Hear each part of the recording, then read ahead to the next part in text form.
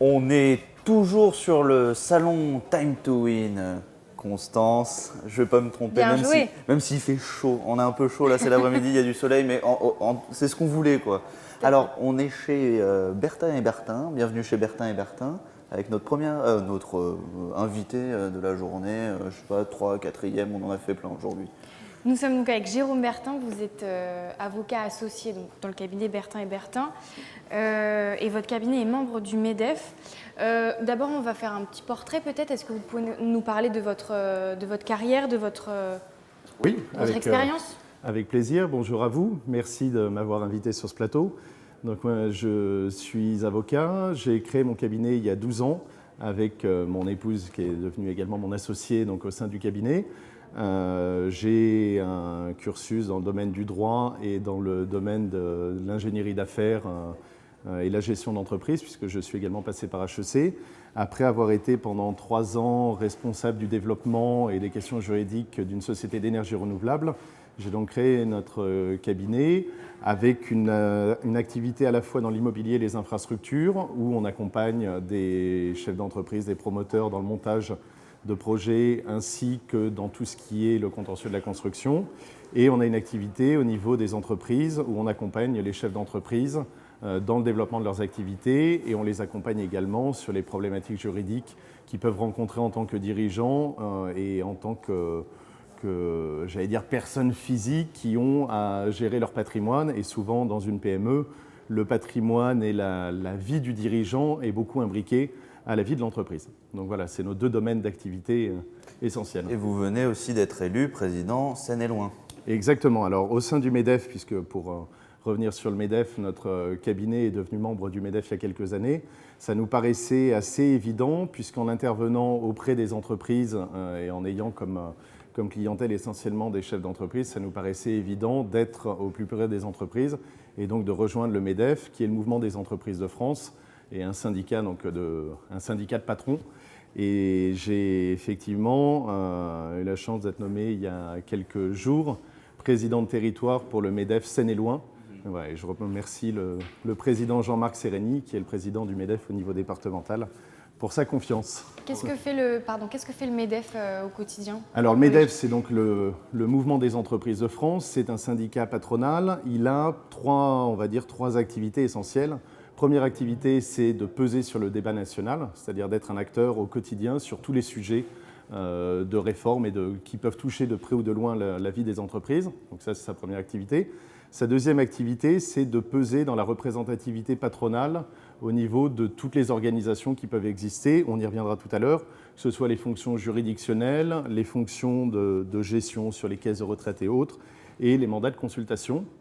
Et puis la troisième activité du MEDEF, c'est d'être un ensemble de groupements de chefs d'entreprise organisés au travers de fédérations professionnelles et de départements, et donc de mettre en relation ces chefs d'entreprise pour aider à travailler plus en réseau. Voilà, c'est de manière résumée les 3 activités principales du MEDEF. Au sein du MEDEF également, on a des mandataires. Est-ce que vous pouvez nous expliquer ce que c'est? Bien sûr. Alors, je vous disais tout à l'heure que dans l'activité du MEDEF, il y avait d'organiser la représentativité patronale. Cette représentativité patronale, elle se fait au sein de l'ensemble des institutions qui peuvent exister et qui concernent de près ou de loin les entreprises. Et dans ces institutions, le MEDEF désigne des représentants qu'on appelle des mandataires. Voilà donc ce que sont les mandataires. Alors, dans quelles institutions le MEDEF désigne des mandataires? Il y a 3 grandes catégories d'institutions. Les premières institutions, c'est tout ce qu'on va appeler les fonctions juridictionnelles. Les fonctions juridictionnelles, c'est le tribunal de commerce, les conseils de prud'homme, le tribunal des affaires de sécurité sociale, le TAS. Voilà, c'est tout ce qui est, organe de juridiction et de prise de décision. Donc il y a des représentants des patrons qui sont désignés et qui siègent aux côtés de représentants de salariés. Deuxième catégorie de mandataires, c'est les mandats de gestion. Là, le MEDEF désigne des mandataires dans toutes les caisses et autres institutions, les URSSAF, la CAF, tout l'ensemble des caisses et autres qui peuvent exister. Et puis, troisième catégorie, c'est des mandats de consultation. Là, les mandats de consultation sont thématiques.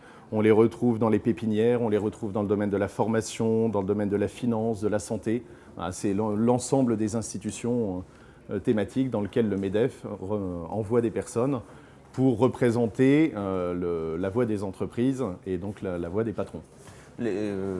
Quand je résume tout ce que vous avez dit, en fait, les mandataires sont très importants au sein du MEDEF. Les mandataires sont très importants au sein du MEDEF. Il faut savoir qu'au sein du MEDEF Seine-et-Marne, c'est un peu plus de 360 personnes sur le dernier nombre de désignations pour 2017-2018, 360 personnes qui sont désignées par le MEDEF pour représenter les patrons dans toutes ces institutions. Donc c'est effectivement un travail très important qui est fait.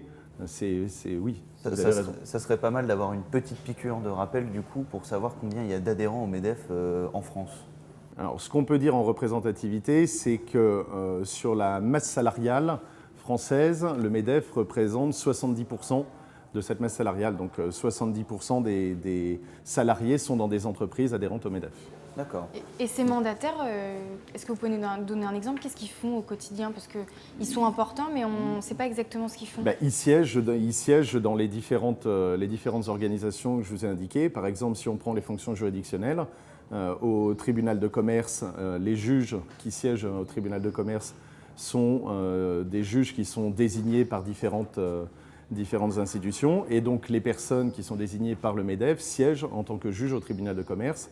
C'est pareil au niveau du conseil de prud'homme. Ils siègent en tant que conseillers patronaux, puisque dans les conseils de prud'homme, il y a 4 conseillers, 2 conseillers salariés, 2 conseillers patronaux. Donc, et on peut prendre toutes les institutions comme ça, les unes après les autres. Ils siègent dans les différentes institutions pour prendre des décisions, soit dans les conseils d'administration, soit dans les organes juridictionnels. Enfin, partout, ils sont présents, ils siègent. Donc, c'est un travail énorme au quotidien, puisque au vu du nombre de mandats que je vous indiquais, 360, c'est beaucoup de réunions et de travail consacré par les membres du MEDEF à ce niveau. On arrive un petit peu à la fin de cette interview, du coup on va finir un petit peu. On va poser la dernière question qui est quels sont les objectifs, que ce soit pour vous ou pour votre rôle de président Seine-et-Loing? Les objectifs, ils sont sur ce territoire de Seine-et-Loing qui est un territoire avec beaucoup d'atouts. Ils sont de développer au maximum les relations économiques, faire de ce territoire un territoire qui soit de plus en plus attractif. C'est vrai qu'il y a un travail à faire important au niveau notamment de la fibre optique et autres pour faire que le territoire soit plus attractif.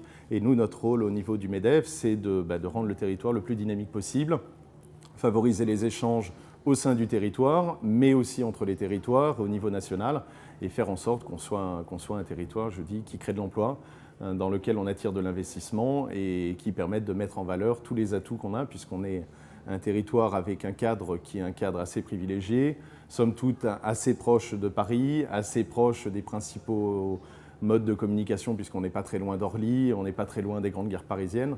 Donc voilà, c'est faire en sorte que ce territoire se développe le plus possible et crée de l'emploi. Le maître mot, c'est le développement du territoire.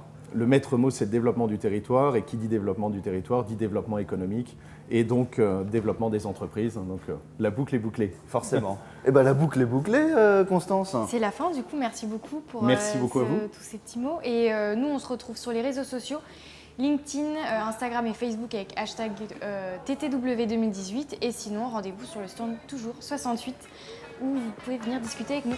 Merci beaucoup. Au revoir. Merci.